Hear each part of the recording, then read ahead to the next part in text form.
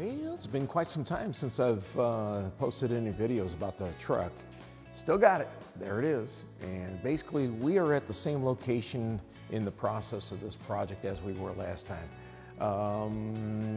We need to do just a little bit more bond of work on this guy.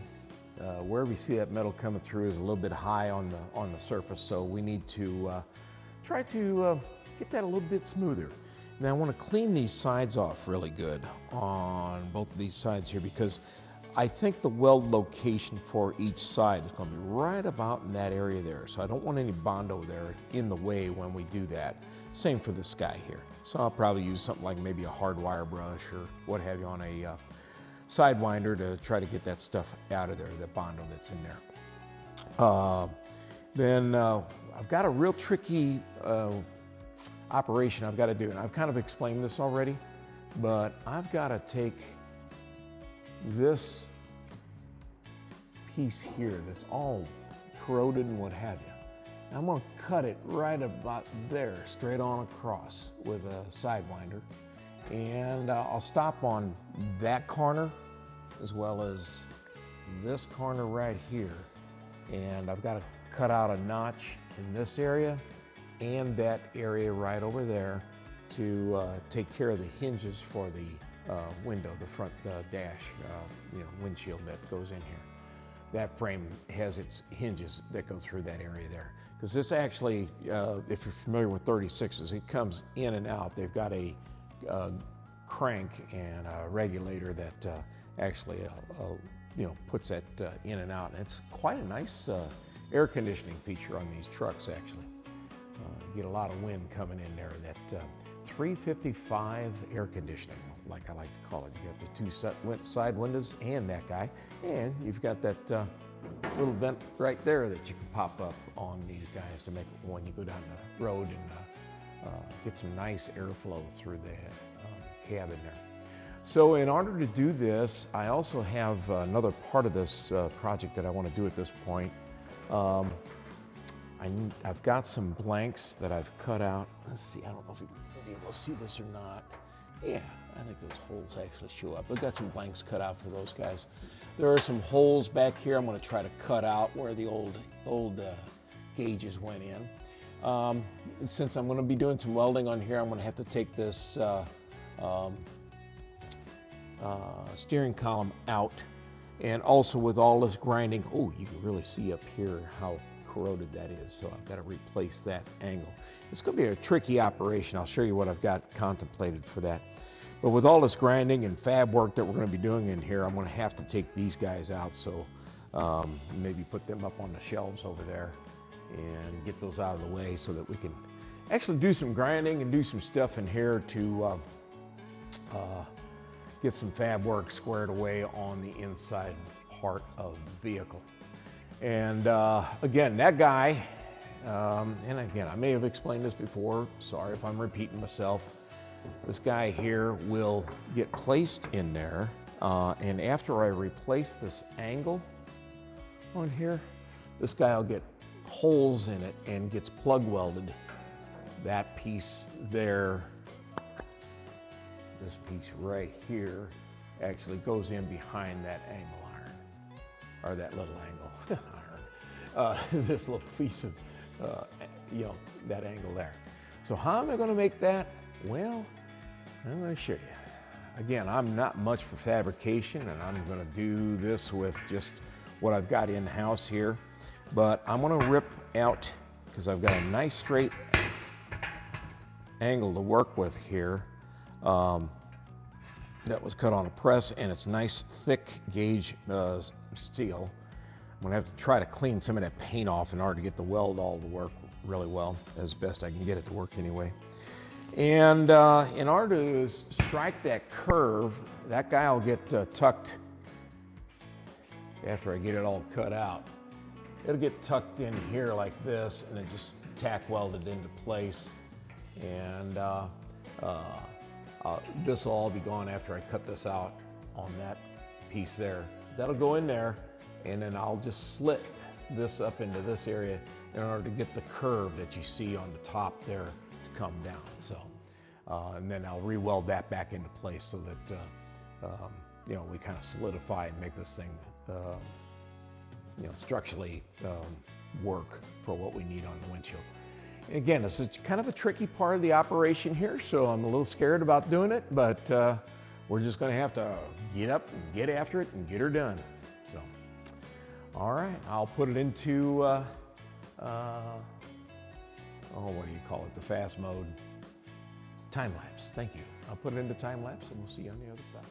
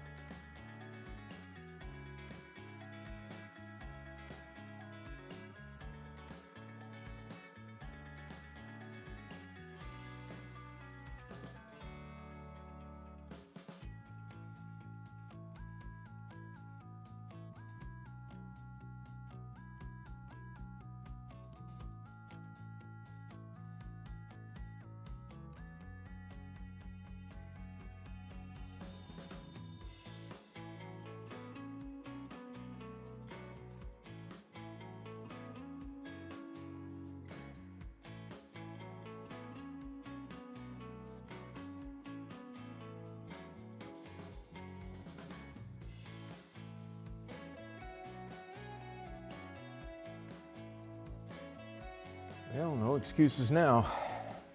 Got the seats out, steering out. They're all up on the shelf and out of the way. Got them out of the way. Time to start doing some cuttings.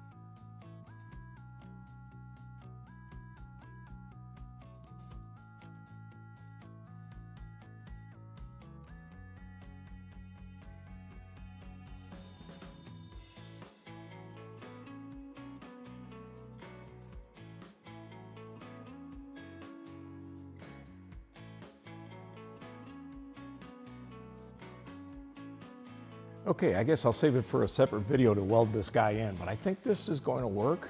I cut the depth that you see here at 7/8 to match that. So you see that side is a little bit wider than this side, which is 5/8, and that's the the shelf off the edge. And it looks like, as I try to put some more light in here to maybe see what I'm talking about, I got a little bit of a ledge that I left myself when I cut. There's a little bit of a ledge in on that thing when I cut that. And so again, this piece, the short side is down, the long side goes in to up there. And I think what I'm going to start doing is I'm just going to start tacking where my finger's at, and I'll work myself out to the edge on both sides. And basically, I'm going to take a cutter. I wish I had another hand. Another hand would be handy. Let's see if I can hold that there like that. Let's see. And go back just a hair. And as I come down with tacking that into place here, I'll slit this and bring that down and match that into the corner. So we will, in essence, match the curved edge of the top of that jamb of that window. And I'll leave that till tomorrow so I can get some video out and you guys know that I'm still alive that way. And my apologies for the delay in getting some material out, some content out for that matter. Had a vacation. Maybe I'll try to link that list to that playlist of my vacation. We went to the Upper Peninsula of Michigan, and it was awesome. And I got to play some music up there, so now I can claim that I've played music in, let's see, 4 states. So I don't know that I've got a goal to play in all 50 states, play music that is, but I'm going to try to play music before I leave this earth, just in many places as people let me. And that was really nice. Been riding the bicycle, doing some work on it. It needed a tire replaced, and been getting 25. Actually, today I rode the bike 30 miles. Now I'm cheating. I'm using an electric bike, but that's okay. So everything's going pretty good on this end.